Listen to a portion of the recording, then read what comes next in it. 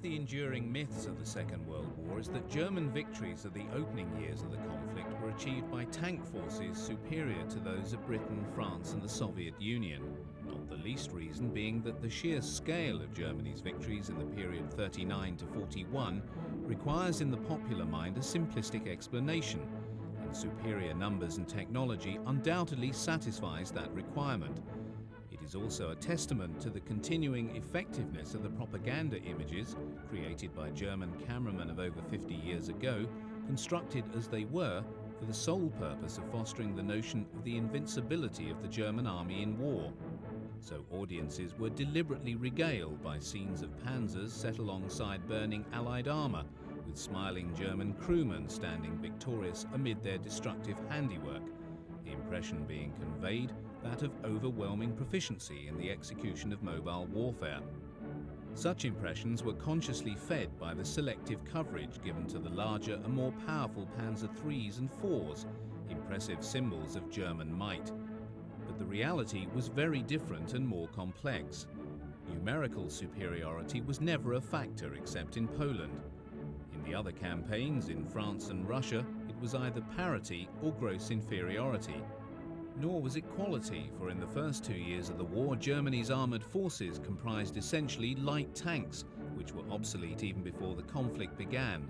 Germany's success derived from her employment of armour in a completely novel way. To understand how this came about is also to relate the story of the light panzers in the evolution of the German tank arm. While many Germans were to blind themselves to the truth and find escapist explanations for the armistice of November 1918, to Lloyd George, the British Prime Minister, the conclusion was inescapable. Germany and her allies were defeated in the field. For the German armed forces, reckoning in defeat came with the post-war settlement at Versailles. Motivated by French desires to cripple German military power, the treaty reduced the army to the manpower levels maintained by a minor state. The High Seas Fleet, once the pride and joy of Kaiser Wilhelm II, steamed into ignominious captivity at Scapa Flow. Thereafter, the Germans were permitted only to retain enough surface vessels to provide a coastal defence force. The U-boat fleet, which had so nearly brought Britain to her knees, was scrapped, and the Kriegsmarine forbidden to build any others. Another of the Great War's military innovations, the military aircraft, which by 1918 was a proven asset and already a vital element in military operations, was denied to the Germans. All surviving military types were to be scrapped, and no German Luftwaffe was permitted. Significantly, the treaty also forbade the German army to construct and employ the only genuine military innovation to emergency action in the Great War. At the time of the armistice, the tank had seen little more than 2 years' service, but in that period it had proven itself to be a weapon of potential. Its still primitive technology meant that it could not yet be described as a war winner, but there was little doubt by war's end that their use had had a profound moral impact upon the German army. Although the effect of the tank in the Great War has been greatly inflated, its potential to perhaps recast the future of land warfare, break the murderous deadlock of trench fighting, and restore the holy grail of mobility to operations was not lost to visionaries among the ranks of either the victors or the defeated.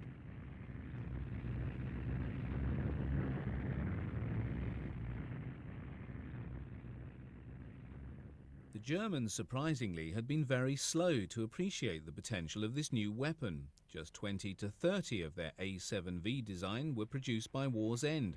Certainly tanks played no significant role in the planning or execution of the rash of offensives launched by the Germans between March through to July 1918, which were designed to force a military decision on the Western Front before American forces could arrive in great numbers. Although the Germans did employ tanks, 15 A7Vs were used at Villers-Bretonneux in late April, they contributed nothing of any worth to the outcome of German operations. More significantly in the longer term was the obvious success of the tactics they'd adopted for the opening of their offensives. Groups of men infiltrating through enemy lines, bypassing enemy strongpoints and driving for the rear so as to effect paralysis.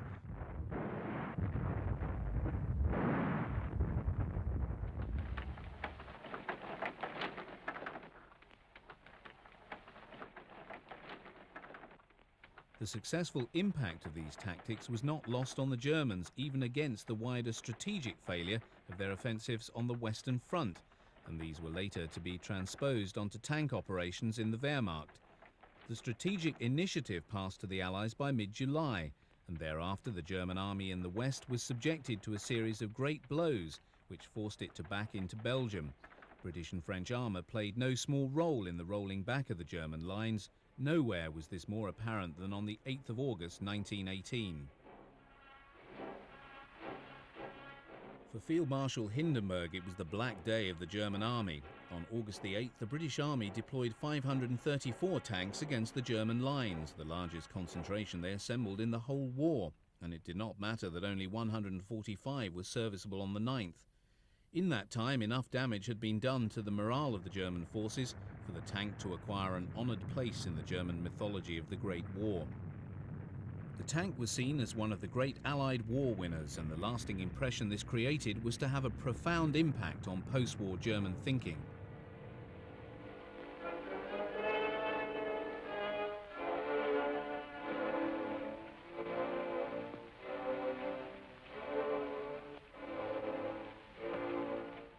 Even as the armies returned home, there were many on either side who saw in the Versailles settlement nothing but a truce for 20 years and a future German desire for a war of revenge.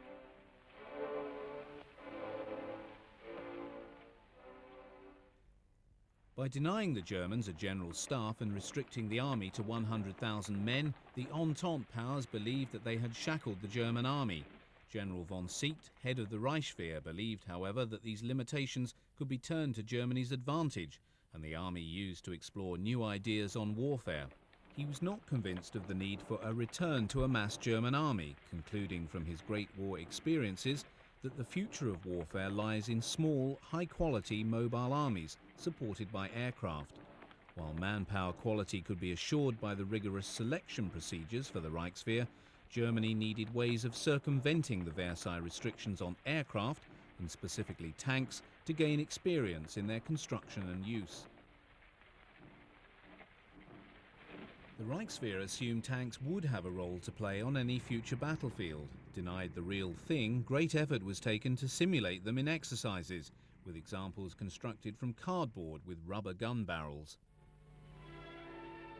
Through a secret agreement in the 1920s, Seeckt helped the Reichswehr obtain experience of both building and operating tanks in Russia.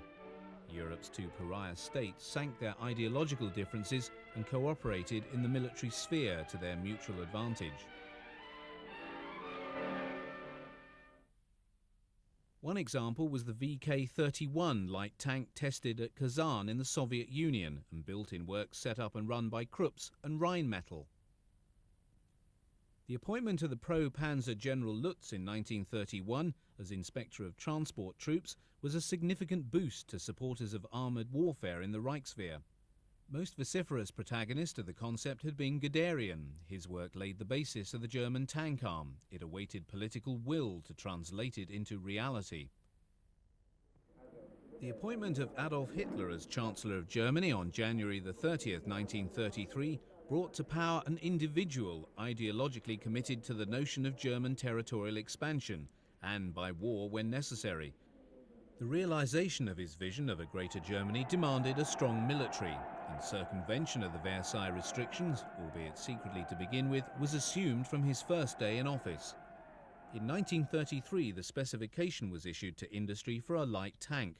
The chosen Krupp design entered production as the Panzer I in mid-1934. It was designed as a training vehicle pending production of the Panzers III and IV, with which it was planned to equip the combat formations of the Panzerwaffe. At this time, Hitler visited the army testing ground at Kummersdorf to view a display by motorcycle troops, anti-tank guns, armoured cars, and some of the first Panzer Is.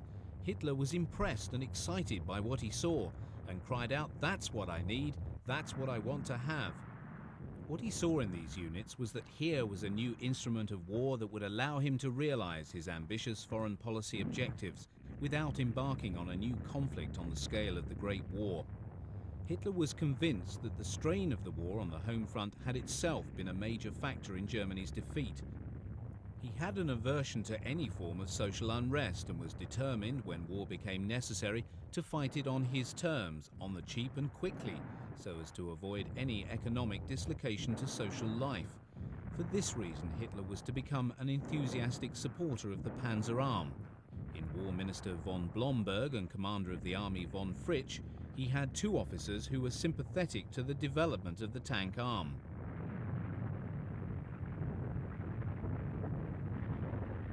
In June 1934, Fritz appointed Lutz to head the mechanized troop inspectorate with Guderian as its chief of staff.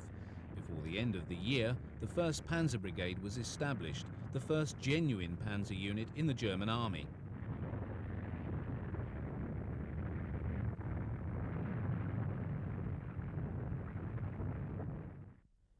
In 1935, Hitler officially announced that Germany would no longer be bound by the terms of the Versailles Treaty. In October, the first 3 panzer divisions were established, one of which is seen here parading through its garrison town to the acclaim of the people. The tanks on show are Panzer II's.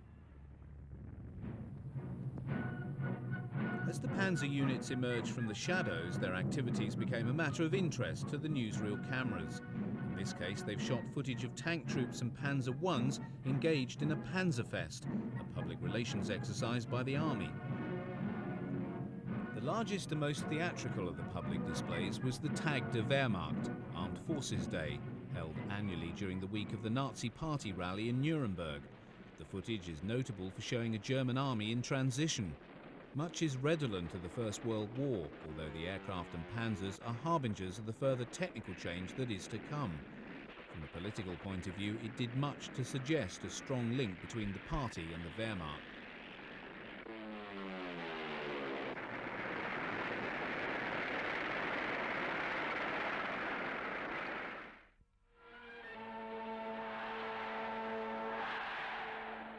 (1936) was a significant year for the Nazi regime and the German army. In March of that year, Hitler took his first step to break the territorial ties of the Versailles Treaty by reoccupying the Rhineland. 6 months later, Germany hosted the Olympic Games.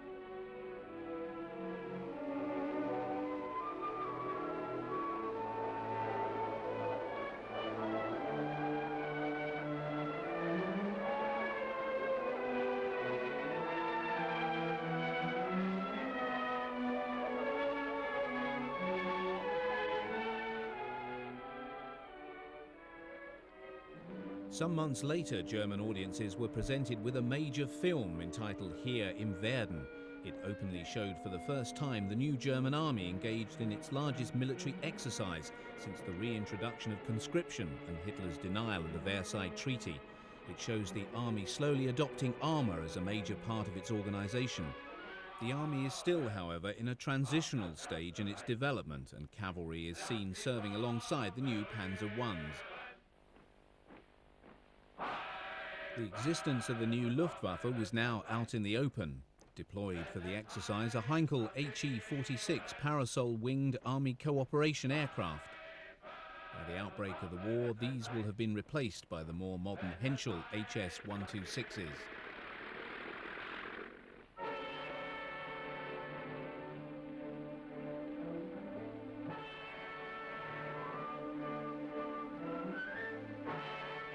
Panzer II's are employing flags to communicate and have not yet been fitted with radio. By this time, the Panzer IA had just been superseded on the production line by the improved and enlarged Panzer IB. In all, 818 of this first model of the Panzer I was completed and was to see service in the early years of the war through to North Africa and in the early days of the Russian campaign.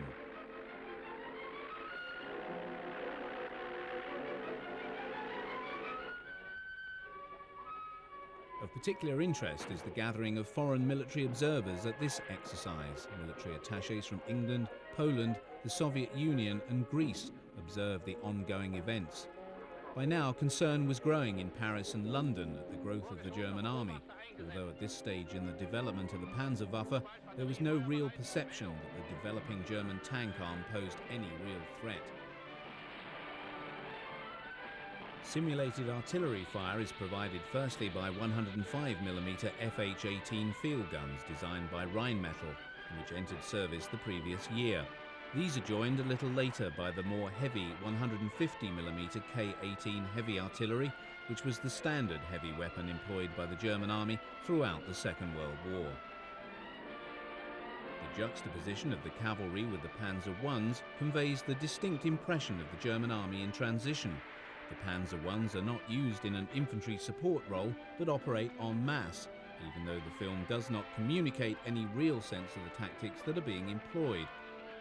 Other weapons soon to be seen, often in wartime footage, includes the 37mm PaK 35-36 anti-tank gun, which was to acquire the nickname in the French campaign of the Army's door knocker, due to its very poor performance in its intended role. Although the Panzer II light tank would be available in strength, and small numbers of the medium Panzer IIIs and IVs would join the ranks of the Panzerwaffe, there is a very real sense that what is being seen in this 1936 film is very much the German army as it would appear in 1939. It was in large exercises like this that the operational basis of the German tank arm was laid.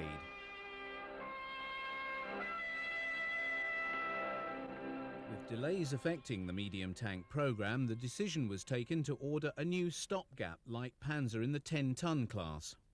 100 were built in 2 development models up to March 1937, before the final model in the series was adopted as the basis of the full production standard Panzer II. This footage, dated from 1937, shows signals, infantry and panzer units on manoeuvres in Germany.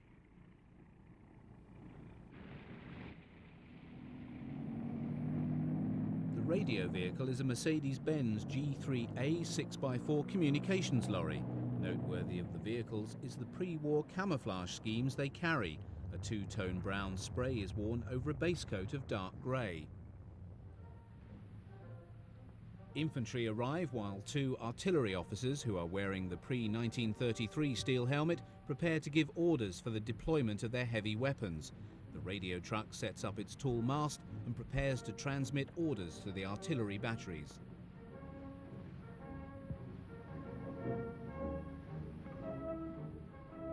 An artillery team manhandles its 150mm K-18 piece into position in preparation for firing. The gun could fire a 43-kilogram shell out to a maximum distance of 24,500 meters. The Panzers attack. This sequence gives our first proper look at the Panzer I-B, which entered production in August 1935 to replace the I-A. The most obvious differing feature is the longer chassis, designed to incorporate the more powerful Maybach NL38 engine. Whereas the I-A had 4 sets of bogie wheels, the I-B had a 5th added. In nearly all other major aspects, it was similar to the first model, retaining the same weak armament and lack of armour protection. Its numerical significance is measured by the fact that it was used by all existing Panzer units from 1935 to 1940. Some 675 of this model were built, with production being phased out in June 1937. By then, redundant chassis of the Panzer I-B were already being employed for conversions to tank hunters and self-propelled guns. Nevertheless, the I-B was to see extensive service through to 1941, when it was finally phased out of frontline service, many surviving vehicles ending up in tank training schools.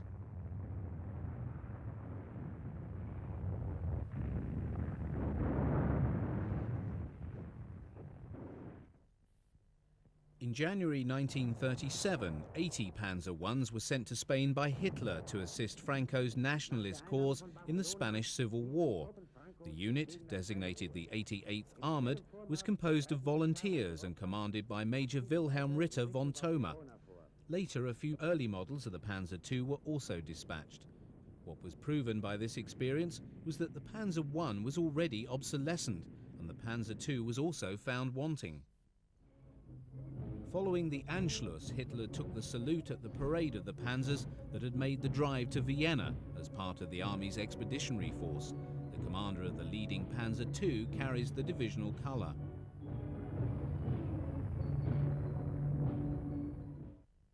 A light panzer for the cavalry led to the production of the Panzer II, which, apart from retaining the turret of the Panzer II, was a new design. The occupation of the rump of Czechoslovakia on March 15, 1939, netted the Germans a considerable prize in their efficient and comprehensive arms industry. Of particular interest to the officers of the Panzer Arm were the companies of CKD Praga and Skoda, which were responsible for Czech domestic tank production and exports. There can be little doubt that absorption of the 469 Czech army tanks into the Wehrmacht and the continued production of two of them made a very significant contribution to the German ability to wage war in the first 2 years of the coming conflict. Indeed, the product of CKD was to remain in production in one form or another until war's end in 1945. The German army adopted the LT-VZ-38 as the Panzer 38T. The LT-35 had been the main tank of the Czech army. The Germans took it over and incorporated it into the German army as the Panzer 35T. The largest military parade in pre-war Germany was held on April 20th, 1939 to celebrate Adolf Hitler's birthday. He and the leading figures in the Wehrmacht were present to take the salute in a march and drive past that lasted over 2 hours. An extensive number of Panzer IIs of different marks either passed in procession or were mounted on flatbeds. Of particular note is the Panzer II, which was rarely captured on film, seen carried on the back of a Fawn 6x4 tank transporter. Barely 7 months after this footage was taken, most, if not all of the vehicles and other equipment were fighting in Poland. At 4:45 a.m. on the morning of Friday, September 1st, 1939, German ground forces crossed the border into Poland. At the cutting edge of the German forces were some 3,195 Panzers.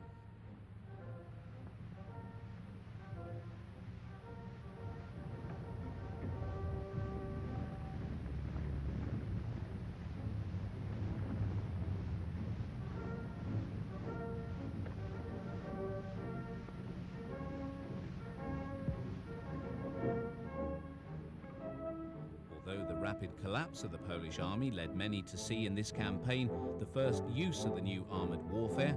In reality, the Poles were undone by a classic exercise of double envelopment, in which the Panzers played a major, though not decisive, role. On paper, the Polish army appeared formidable, being able to mobilise up to 3 million men. In all, she could deploy 38 infantry divisions, 1 motorised brigade, 11 cavalry brigades, 745 mainly obsolescent aircraft, and 1,134 small and light armoured vehicles. It was the speed with which such forces were overcome that stunned the world.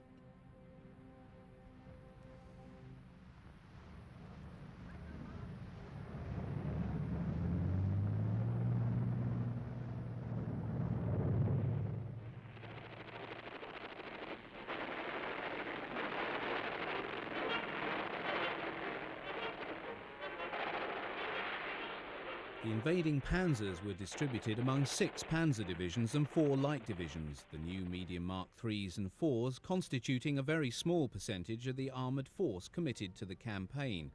2,886 of all the Panzers being light tanks, but many of these, being Panzer Is and IIs, were already obsolescent.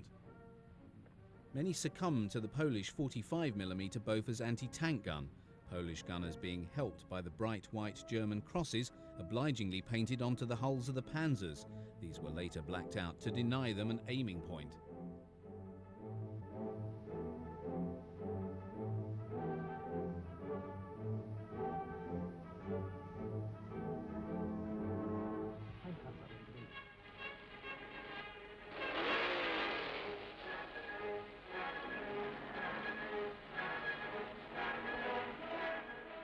However, it became all too obvious during the course of the Polish campaign that notwithstanding the rapid advances made by some units, such as Guderian's 19th Panzer Corps, the light tanks were suffering losses.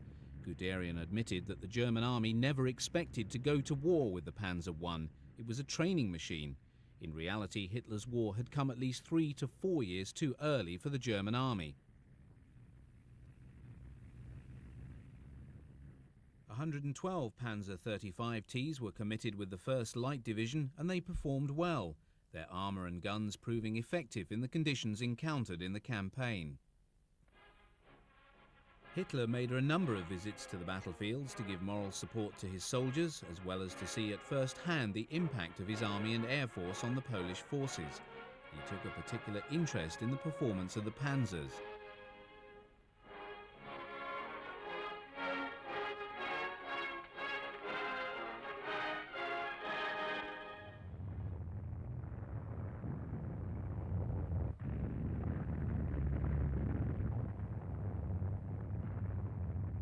In this sequence, German armour is filmed entering Krakow, and shortly thereafter the crews take a rest. The city square is full of Panzer Is, IIs and 38Ts, as well as the SDKFZ 231 six-wheeled armoured cars. The opportunity is taken to clean the guns, take on fuel and rearm the machines prior to moving off on their next task.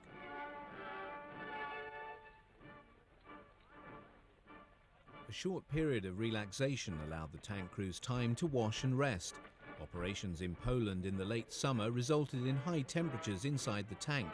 Dust from the sandy Polish roads also enveloped the crews and covered the Panzers.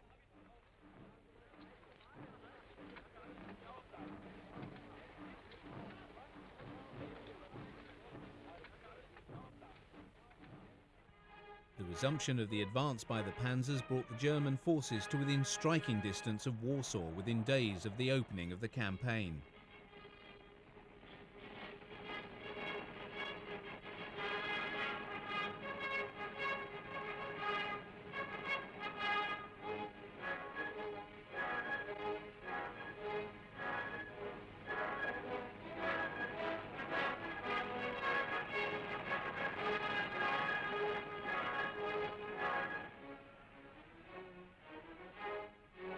Although Panzer Is and IIs provided the bulk of the armour in the campaigns, the availability of the Panzer 38T provided the Germans with a tank with the armament of the Panzer III on a hull half its weight. 59 served in Poland with the 3rd Light Division. The greatest losses incurred by the Panzers in the whole campaign occurred following the beginning of the siege of Warsaw. Although surrounded, the Polish defenders refused to surrender, even though the city was being pounded by artillery.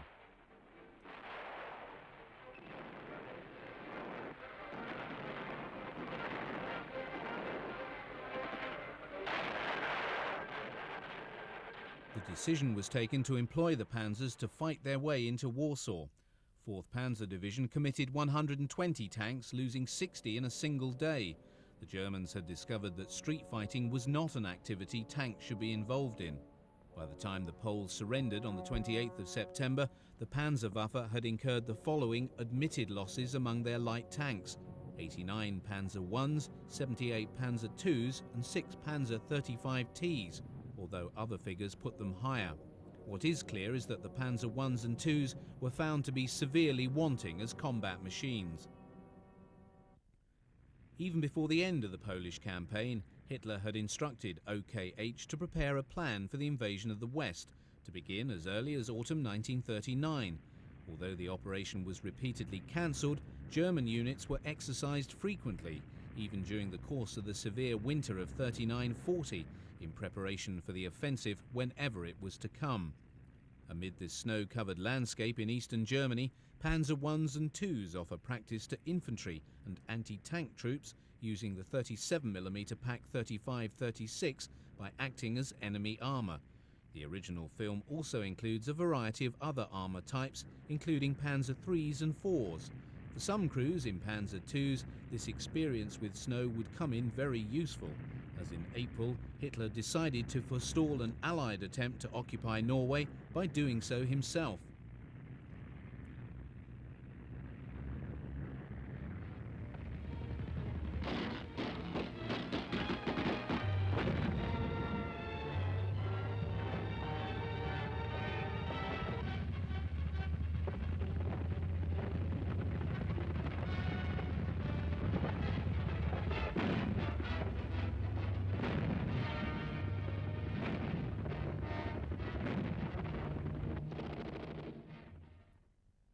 Due to the closeness of the date of his intended invasion of the West, Hitler could spare very few panzers for Operation Weserübung, the German occupation of Denmark and Norway in April 1940.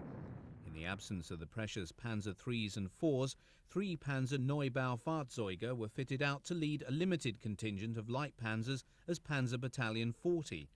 15 Panzer 38Ts were also used. Following the surrender of Denmark, these were transferred to Norway, along with a number of Panzer IAs and Panzer IIs. These were employed primarily in the role of infantry support and involved in fighting French and British troops. Although the French had deployed a number of Renault light tanks, there was no tank-to-tank combat in this theatre. The Panzer 38Ts were returned to Germany even before the end of the Norwegian campaign, in time for service in France.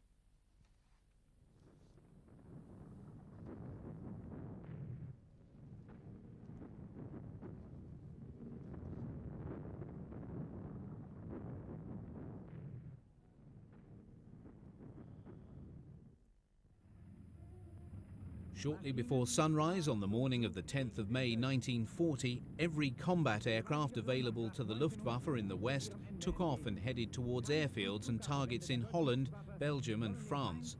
Surprise was total, as 300 aircraft were destroyed on the ground. But the air assault, the overture to Germany's long-expected offensive in the west, was so weighted it suggested its primary effort was directed at Holland and northern Belgium. Subsequently, the Allied High Command was to assume, as the Germans intended them to, that Hitler would launch his forces into northern Belgium, brushing aside the Dutch border and driving south into northern France in a 1940s replay of the Schlieffen Plan.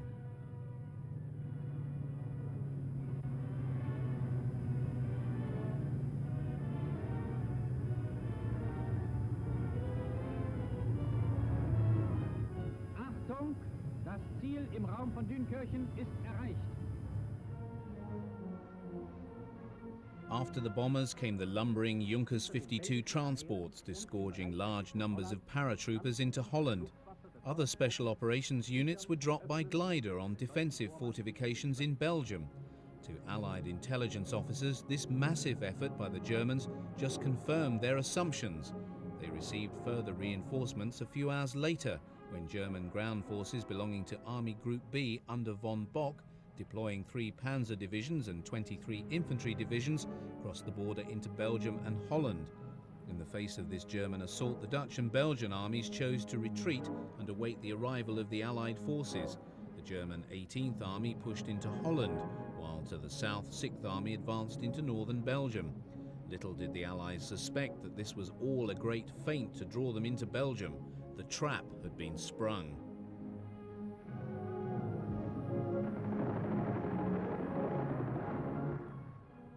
On the following morning, the Allies obliged the Germans by advancing all their forces in northern France into Belgium to occupy the line of the River Dyle.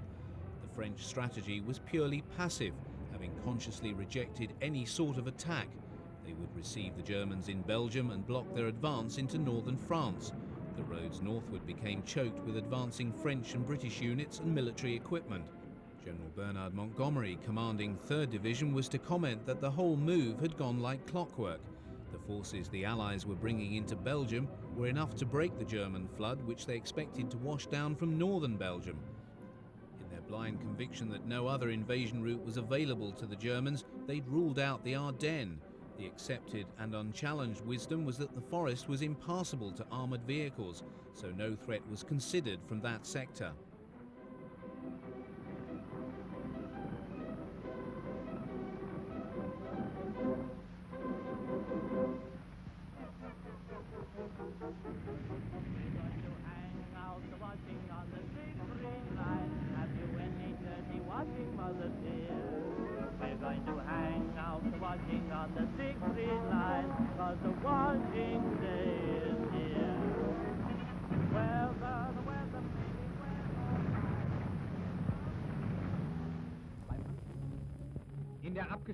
For Hitler in his forward headquarters, news of the Allied movement into Belgium was one of the crowning moments of his life.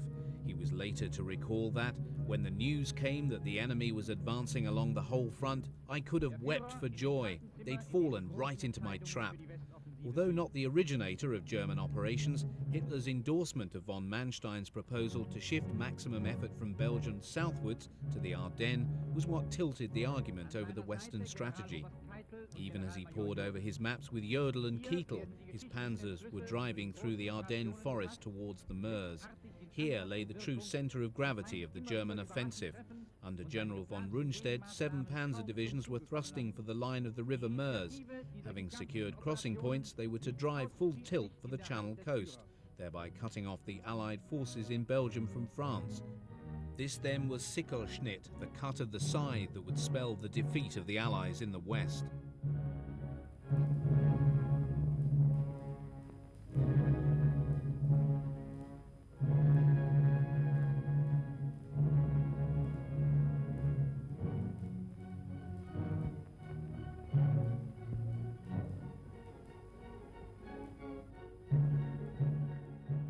Emerging from the Ardennes, the German armour merely brushed aside the token French forces that stood in their way and thrust forward toward the river. The Panzer 38Ts of Rommel's 7th Panzer Division reached the Meuse at Dinant on the 13th of May, while to the south Guderian's 19th Panzer Corps had thrust through to the river near Sedan. The whole German enterprise turned on the fortunes of her panzers, and yet closer examination of the 2,574 tanks she'd amassed for the invasion of France would reveal that 1,478 of them were already obsolescent Panzers I and II, with a further 334 being Czech Panzer 35Ts and 38Ts. Only 627 Panzer IIIs and IVs were on a par with the French Saumur S-35 or the Char 1B bis. Thus, tank for tank, the Germans were fielding mainly inferior machines. Nor could they compensate with superior numbers. Anglo-French tank numbers exceeded those of the Germans. What mattered here, and was the key to the success in this campaign, was technique.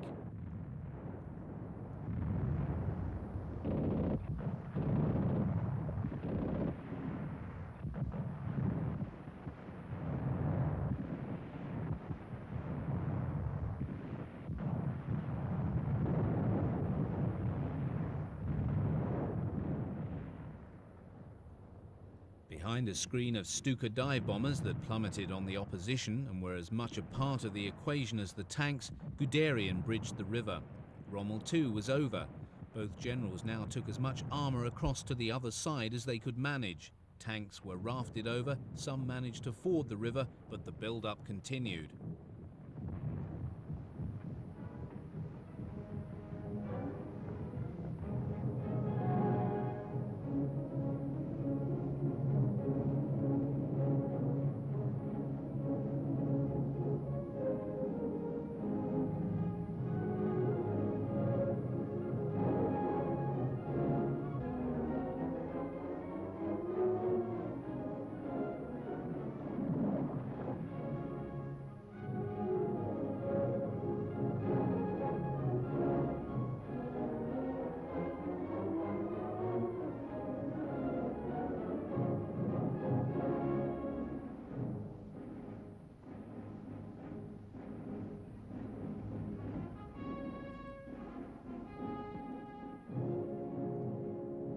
On the 14th and 15th, Guderian had to remonstrate over a halt order from Kleist. His troops sat idly by as he argued the case for being allowed to continue with the advance without having to wait for the infantry to catch up with him. He was concerned that the advantage the Germans had achieved was being thrown away by timidity.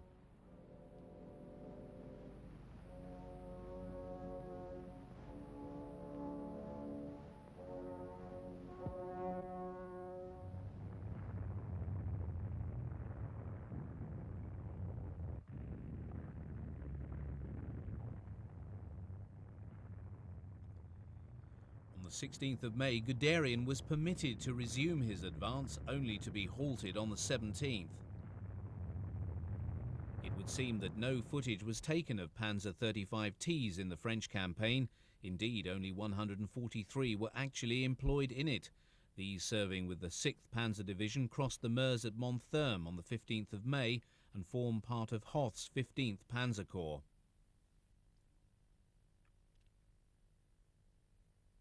Ranging ahead of the Panzers and providing direct support for them were the Stuka dive bombers, plunging down on any target that could halt the German armoured columns.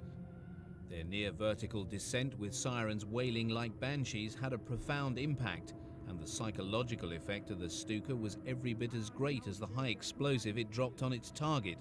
Their contribution to the German victory, acting in tandem with the Panzers, was crucial.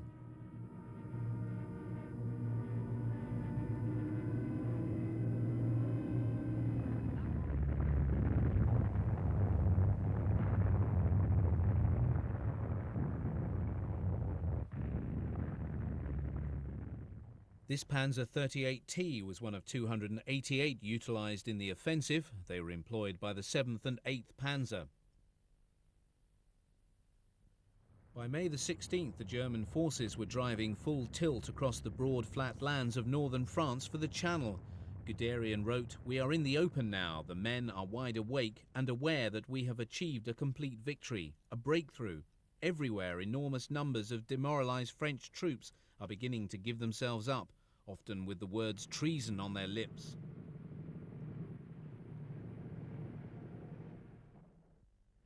Three days earlier, the first heavy armoured battle had taken place in Belgium around Terlemont, when the 3rd and 4th Panzer Divisions of Hübner's 16th Panzer Corps clashed with the French motorised cavalry corps. The battle that followed epitomised the different tactical methods employed by the respective armies, and highlights the great error in its use of armour that led to the French and Allied defeat. Early on the morning of the 13th of May, the two Panzer divisions assaulted French positions behind a screen of plummeting Stukas and a barrage from the artillery. The French were deploying large numbers of the Saumur S-35, widely regarded as one of the best medium tanks in the world at the time.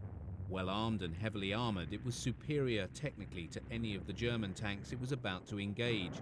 Supporting the S-35s were Hotchkiss H-35 light tanks. The French, however, in accord with their prevailing philosophy for the use of armour, had dispersed these tanks into penny packets among their statically defending infantry. The Germans, employing Guderian's order of hitting the enemy en masse, concentrated on the French positions. By deft use of speed and rapid manoeuvre, they bypassed the centres of French resistance and hit the static positions in their flanks and rear to isolate them from further support. These were then cleared out and mopped up by the rapidly following German infantry.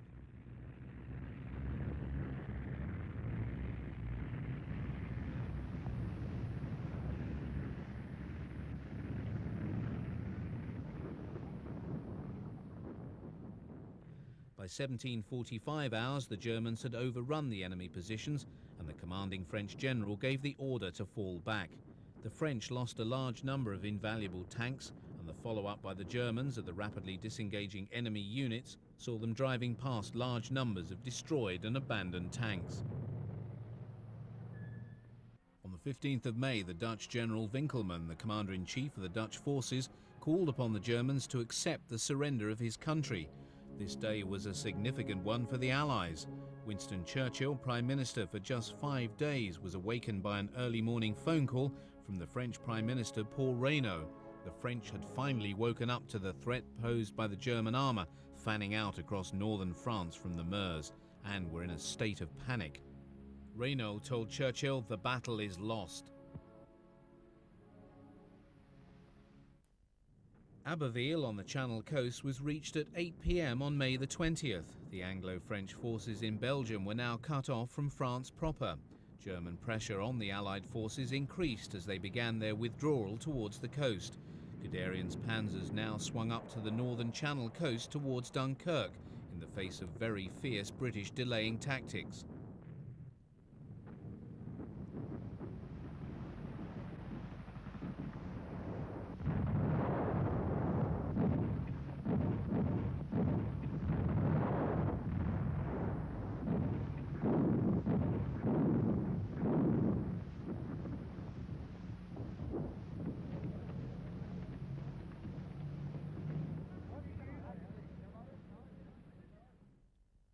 The Germans did not believe that the British could evacuate their forces by sea. Goering assured Hitler that the Luftwaffe could deal with Dunkirk. The order to Guderian to halt his panzers when the town could have fallen was to rob the Germans of a crowning victory. improvised British evacuation, codenamed Dynamo, began on the 26th of May. On the same day, Hitler realised the mistake he'd made in halting his armour and ordered that the town be taken. Over the next 9 days, savage fighting would take place as the defence perimeter shrank under intense German pressure, but held. In the air above the beaches, the attempts by the Luftwaffe to prevent the evacuation was foiled by the RAF, who in the same period shot down 176 aircraft for a loss of 106.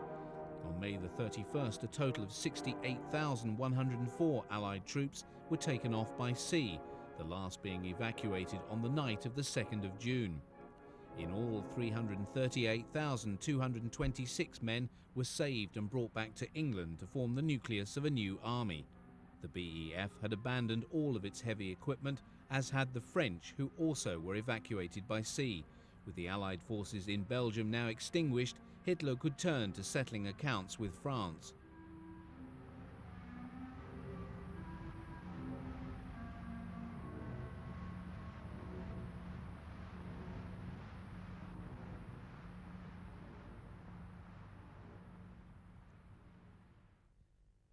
Phase 2, codenamed Case Red, of the German offensive opened at 4 a.m. on the Monday of the 5th of June. 43 German divisions moved forward along 140-mile front. Marshal Weygand, the new French commander-in-chief, had hoped desperately to hold the German forces with 49 divisions he'd assembled along the lines of the River Somme and Lower Aisne. In less than a day, the Panzers had cracked the French positions. Stuka dive bombers dived on French strongpoints or hedgehogs. On the following day, Rommel's 7th Panzer Division, having driven through the French positions in his sector of the front, was already 37 miles deep behind the Somme line and just 25 miles from Rouen. In the east, German forces had crossed the Aisne and reached Soissons. Heavy fighting over the next few days saw combat between tanks that had the Germans clearly at a disadvantage, and revealed the inadequacy of their own weaponry when not fighting under conditions of their own choosing. On the 10th of June, panzers crossing the river near Return were set upon by a French armoured group. Among the French tanks were a number of Char 1Bs, the heaviest armoured in the world at the time. These proceeded to do great damage to the thinly armoured Panzer Is and Panzer IIs. The 37mm PaK 35-36 anti-tank guns were revealed to be useless in their designed role, their armour-piercing shells simply bouncing off the 60mm frontal armour of the 1Bs.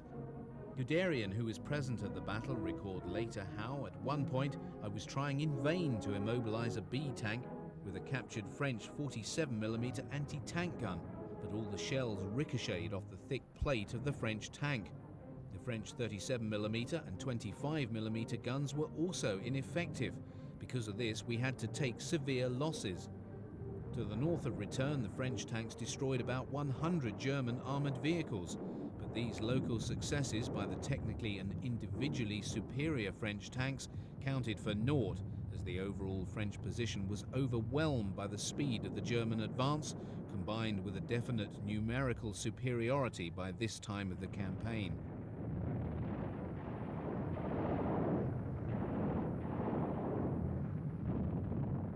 The speed of the armoured advance can be measured by a roll call of captured towns and cities.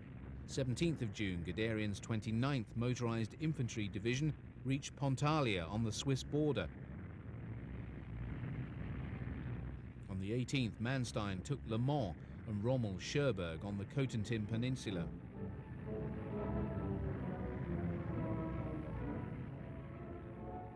On the 19th of June, Hoth's 15th Panzer Corps took Brest on the Brittany coast, and on the 20th, Lyon fell to the 16th Panzer Corps.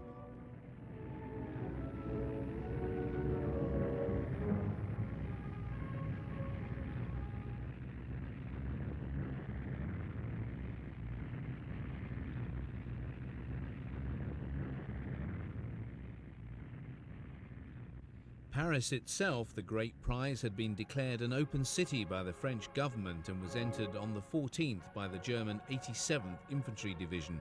More than 2 million Parisians had fled the city, and most of those that had stayed chose to remain inside, unwilling to witness the humiliation of a German army marching through the French capital for the second time in less than 80 years.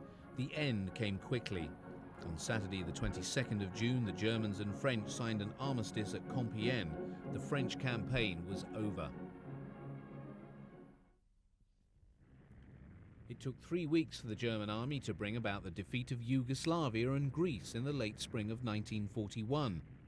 6 panzer divisions were employed in the Balkans campaign, and while the footage reveals a number of Panzer IIs, no Panzer Is were employed, the decision to phase out the Panzer IB having been taken after the French campaign. Against an enemy with very few tanks and negligible anti-tank defences, the Panzer II could still prove a useful machine as it did in the Balkan campaign.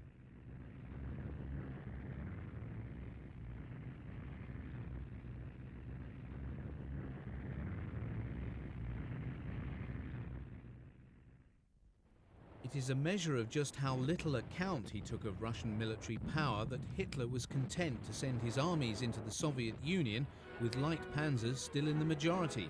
Of the 3,332 panzers employed in Barbarossa, 410 were the death-trap Panzer Is, 746 were Panzer IIs, 623 Panzer 38Ts and 149 Panzer 35Ts.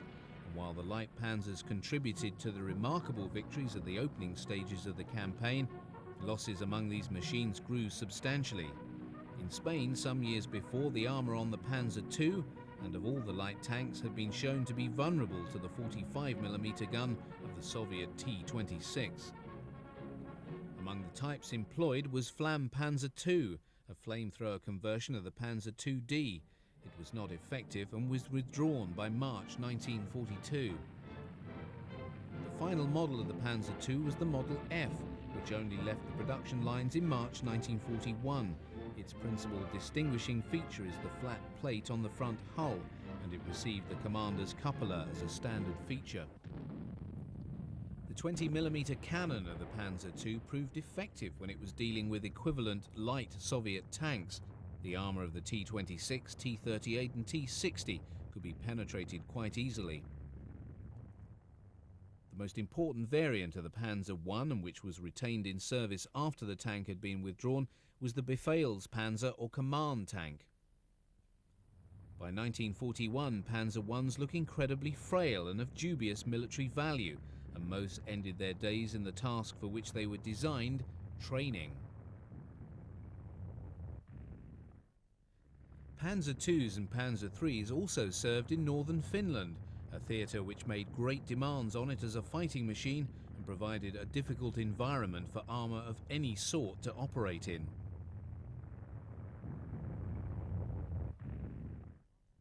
Within weeks of the beginning of Barbarossa, German columns were deep within the Soviet hinterland, forming the huge pockets needed to help realise Hitler's demand that the Red Army be destroyed west of the river Dnieper. The close communications between armour and spotter aircraft, such as the Fiesler Storch, allowed the Panzers to respond quickly to a potential threat. No fewer than 5 of the 17 Panzer divisions committed to Barbarossa were equipped with the Panzer 38Ts. The fighting in Russia was much harder, and in consequence no fewer than 796 38Ts were lost in the first 6 months of the campaign. 159 Panzer 35Ts entered Russia with the 6th Panzer Division on the 22nd of June 1941. Allocated to Army Group North, 6th Panzer took part in the drive on Leningrad. The division was pulled out of the line and transferred to Army Group Center, where it served in Operation Typhoon, the German offensive to take Moscow. The division suffered high losses, the 35T proving temperamental in the cold weather. The only remaining 35T, nicknamed Antony the Last, was lost on the 10th of December 1941, by which time the division was a Panzer division in name only. By mid-September, the bulk of the Panzer division serving with Army Group North had been reassigned to take part in Operation Typhoon. Hübner's 4th Panzer Group reluctantly departed when seemingly on the verge of taking Leningrad. On Tuesday, 30th of September, the Germans began their assault on the defences before Moscow, with the first snow falling on the Eastern Front just 1 week later. By the end of February 1942, the force of the Soviet winter counter-offensive had begun to dissipate, and the front line in the east began to stabilize. Local counterattacks to retake villages would be undertaken, as here with small detachments of Panzer 38Ts and supporting armoured personnel carriers and command vehicles. Even though at the onset of Barbarossa, Panzer 38Ts constituted no less than 1/4 of the total number of panzers committed, the campaign had revealed its shortcomings in terms of weak armour and inadequate main armament. The still large numbers in service made it inevitable it would be employed in the forthcoming summer campaign, but it was patently clear that its days as a battle tank were coming to an end.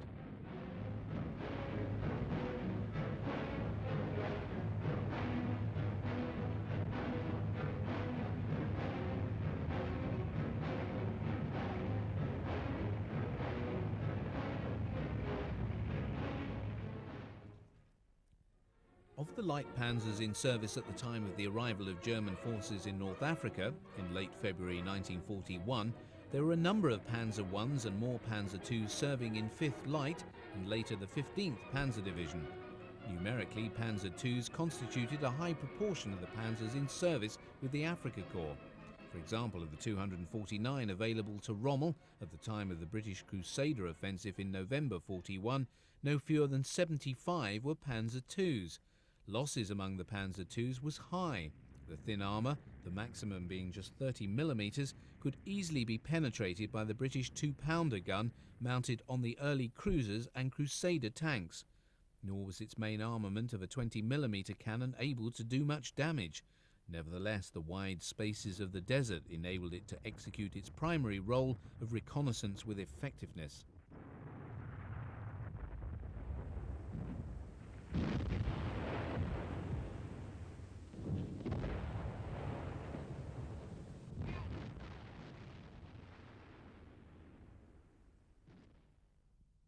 Although in early 1942 Hitler ordered the production of the Panzer 38T chassis be directed towards the construction of self-propelled weapons, there was still sufficient in service as battle tanks in Russia to figure in the newsreels from the front. Panzer 38Ts of 2nd Panzer Division were employed in the destruction of Soviet forces in the Kerch Peninsula in the Crimea in May. Thereafter, Panzer IIs and 39Ts were engaged among the 1,500 panzers employed in Case Blue, the German offensive towards the Caucasus oil fields and Stalingrad. Those seen in the latter part of this sequence, driving through the flower deck steppe, are involved in the drive on Rostov-on-Don in July 1942.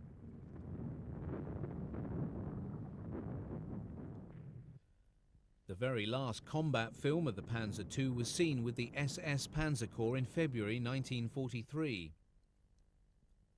Thereafter, surviving Panzer IIs and 38Ts were relegated to other roles, such as command vehicle to this Hummel self-propelled gun detachment. Although obsolete by the end of 1942, the Panzer 38T soldiered on as a second-line anti-partisan vehicle, often loaded onto flatbeds of armoured trains and deployed off the track as needs demanded. Many also found their way back from the front to become, along with surviving Panzer Is, training machines employed by the National Socialist Motor Corps, or NSKK. This was the motorised unit of the Nazi Party and was a paramilitary formation which oversaw the pre-military training of recruits for the Army's Panzer and other motorised units. This included teaching basic maintenance training and driving skills. After 1943, the earlier light tanks were joined by examples of other later models of panzers such as the Mark III and Mark IV. All, however, were driven without armament, that being left to the Army's training program once candidates had graduated from the NSKK course.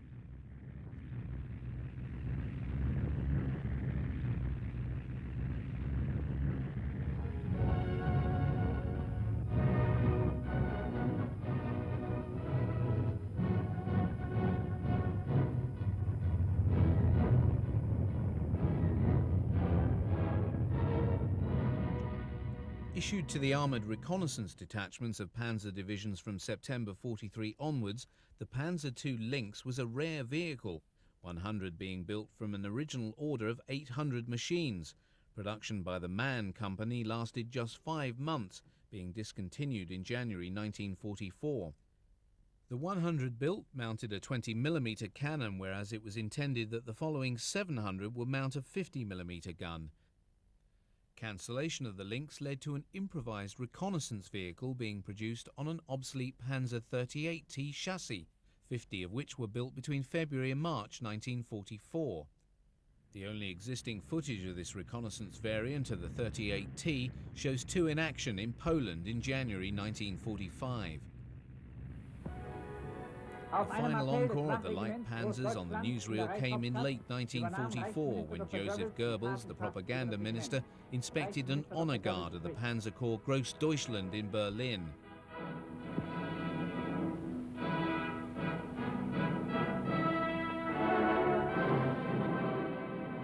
Three Panzer IIs were present as symbols of its status as an elite tank unit.